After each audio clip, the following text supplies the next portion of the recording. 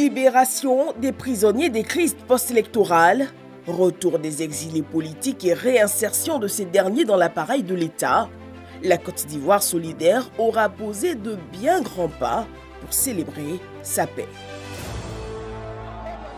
17 juin 2021, l'ancien président Laurent Gbagbo est accueilli par ses partisans à Abidjan. Un coup d'accélérateur au processus de réconciliation nationale engagé ces dernières années conformément à la volonté du chef de l'État de tourner la page des divisions pour une pleine cohésion. Ferdinand Kouassi, plus connu sous le nom de Ouachar Kedjebo, fait partie des tout premiers à avoir saisi la main tendue du chef de l'État. Rentré d'exil depuis 2016, le secrétaire général du parti Concorde reconnaît la démarche de paix. S'il n'y avait pas la volonté manifeste du président Alassane et tout son gouvernement de rassembler à nouveau les Ivoiriens dans ce pays, moi qui vous parle, Ouachar Kedjebo, je ne serais pas à Abidjan.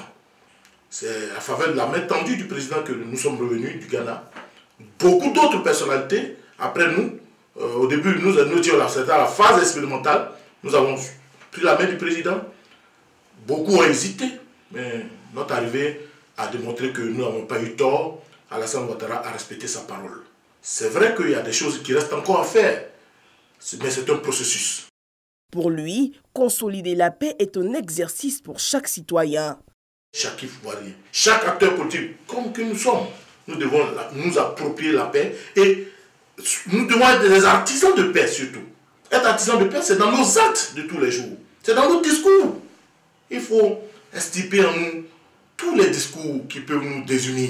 Sans la paix, il est difficile vraiment de connaître le développement. Sans la paix, il est difficile de connaître vraiment la prospérité.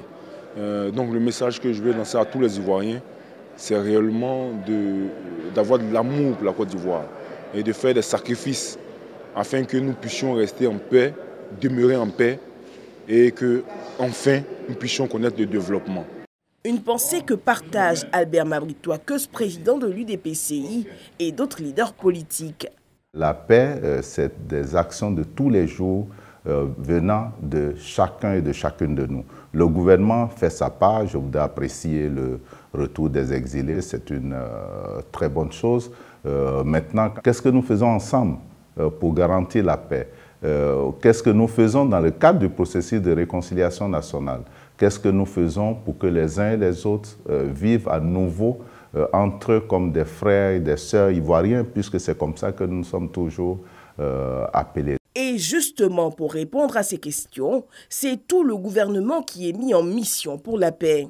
Le chef de l'État lui-même donne le rythme de ce dialogue et multiplie les cadres d'échange avec les figures fortes de l'opposition, les anciens présidents Henri Konan Bédié et Laurent Gbagbo, et plus récemment le président du Front populaire ivoirien, Pascal Affi-N'Guessan.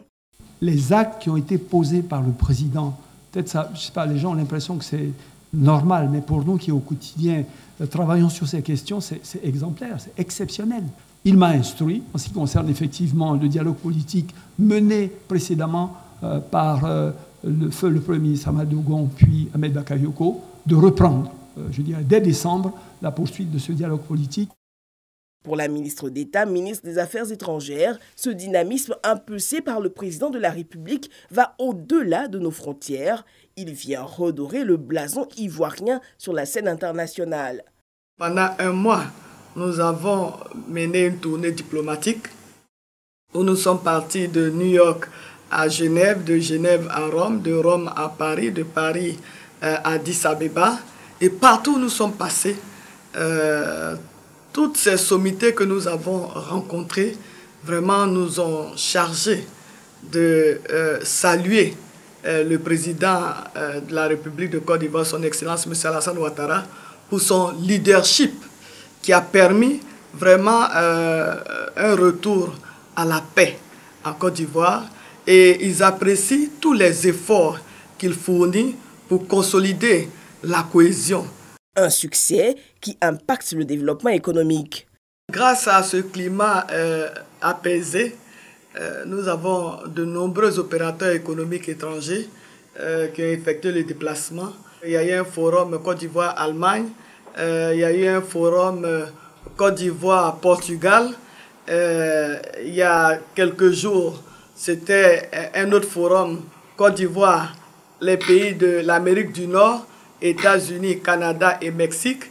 Et les 2 et 3 décembre, il y aura le forum Côte d'Ivoire-Afrique du Sud, où nous avons déjà 102 opérateurs économiques sud-africains qui se sont déjà inscrits. Ça, c'est un signe aussi palpable du retour de la confiance de la communauté internationale en la Côte d'Ivoire.